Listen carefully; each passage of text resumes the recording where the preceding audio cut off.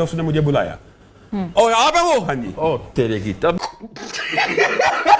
ناظرین, آپ نے بڑے بڑے پڑھے لکھے گدھے دیکھے ہوں گے, آپ نے زندگی بھر کبھی عالم گدھے نہیں دیکھے ہوں گے. آئیے آپ کو عالم گدھے دکھاتے ہیں. آپ نے آدھی بات سنی ہے, جو آپ کے بارے میں بات ہے, جو بندہ یہ کہے کہ گدھا حلال ہے, اس سے بڑا گدھا کون ہے؟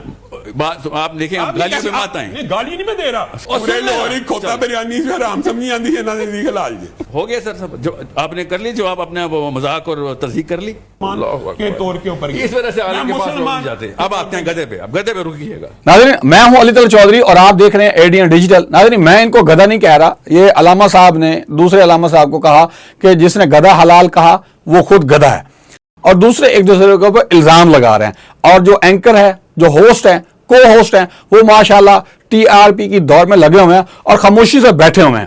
جب دیکھا کہ معاملہ خراب ہونے والا ہے, ایک دوسرے کے ہاتھوں کو پکڑنے کی کوشش کی جا رہی ہے اور بات ہاتھا پائی تک پہنچ سکتی ہے, تو پھر کہہ رہا جی آپ ایک دوسرے کو جواب دے دیں. اور ماشاءاللہ اتنے بڑے پڑھے لکھے عالم گدھے ہیں کہ ایک دوسرے کی بات تحمل مزاجی سے نہیں سن پا رہے. صبر اور برداشت نام کی چیز ہی نہیں ہے. حالانکہ ہمارا جو اسلام کا فرض ہے, ایک حصہ ہے روزہ, وہ ہمیں صبر اور تحمل برداشت کی تلقین سکھاتا ہے. وہ ہمیں یہ سکھاتا ہے کہ آپ نے بھوک کیسے برداشت کرنی ہے. اس کے علاوہ آپ نے سوسائٹی کے اندر جو بھوک ہے اس کو ختم کرنے کے لیے کیا اقدامات کرنے ہیں, اس کے لیے زکوٰۃ فرض کی گئی ہے. لیکن ہمارے عالم دین ٹی وی شوز کے اوپر بیٹھ کے TRP کی دور میں لگ جاتے ہیں, جس طرح کے باقی چینلز بھی کر رہے ہیں.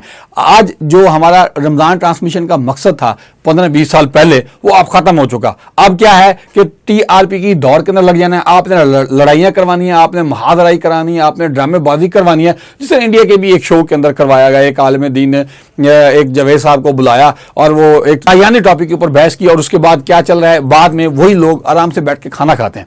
اور اسی طرح اس شو کے اندر بھی انہوں نے ایسے ہی کیا. یا بعد میں جو ویڈیوز ابھی آپ کے سامنے آئیں گی, اس میں آپ کو اندازہ ہو جائے گا کہ رمضان ٹرانسمیشن کا جو بنیادی مقصد ہے وہ بالکل تباہ و برباد ہو چکا ہے. اس کے اندر ہونا تو یہ چاہیے تھا کہ آپ زکوٰۃ, صدقات, فطرانے, اس کے بارے میں ترویج دیں, اس کے بارے میں عوام الناس کو بتائیں کہ آپ نے کتنی زکوٰۃ دینا ہے, کتنا فطرانہ دینا ہے, کتنا صدقہ دینا ہے, اور اس کا طریقہ کار کیا ہے, کس کو دینا ہے, کس کو نہیں دینا.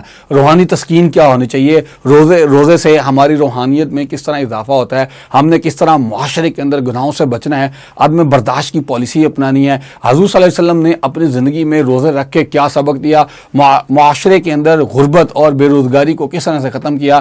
جو ٹیکسز ہے, ٹیکسز کی بھرمار ہے, اسلام کے اندر زکوٰۃ کا نظام ہے, وہ کس طرح سے سوسائٹی کو بہتر کرتا ہے. اس کے اوپر بحث ہونے کی بجائے صرف اور صرف TRP کی دوڑ لگی ہوئی ہے.